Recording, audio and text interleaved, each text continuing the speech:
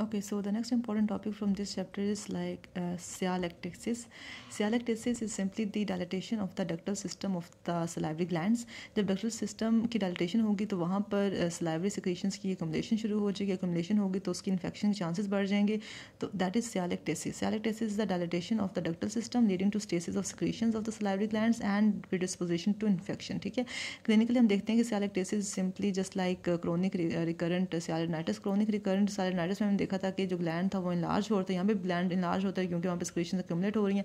वहाँ पे हमने देखा था कि ग्लैंड की हार्डनिंग होती है. यहाँ पे भी ग्लैंड की हार्डनिंग हो सकती है. But sialectasis can be differentiated from chronic recurrent sialadenitis from the fact that इसमें हमें सियालोग्राफी अब नॉर्मल मिलती है. ठीक है, जबकि क्रोनिक रिकरेंट सियालिनाइटिस में सियालोग्राफी नॉर्मल मिली थी क्योंकि उसमें जो डक्ट थी, डक्टल सिस्टम था वो नॉर्मल था. इसमें डक्टल सिस्टम ऑब्स्ट्रक्टेड है. डेफिनेटली किसी भी डक्ट की डायलेटेशन तभी होगी ना जब उसके डिस्टली कोई ना कोई ऑब्स्ट्रक्शन पड़ी हो. तो इसमें मोस्टली जो डायलेटेशन होती है इस डक्टल सिस्टम की वो due to any obstruction in its pathway होती है. ठीक है, और there different types of sialectasis और dilatation of the salivary ducts. इसमें एक तो पंक्टेट टाइप की डायलेटेशन हो सकती है, ग्लोबुलर टाइप की डायलेटेशन हो सकती है और कैविटरी टाइप की डायलेटेशन हो सकती है. तो punctate, globular and cavitary are the types of dilatation which can be seen in सियालेक्टेसिस.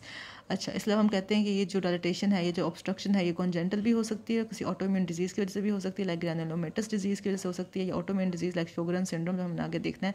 तो शोगरन सिंड्रोम में भी हम सियालेक्टेसिस देखते हैं. ठीक है, इसके अलावा ग्रैनुलोमेटस डिजीज़ में भी हो जाती है dilatation due to any obstruction, और कॉन्जेंटली भी होती है. तो दैट इज सियालेक्टेसिस और the dilatation of the ductal system of the salivary gland, जिसकी वजह से एक्यूमुलेशन होगी सिक्रीशंस की और फिर उनकी इन्फेक्शन भी हो सकती है. तो दैट इज़ इट.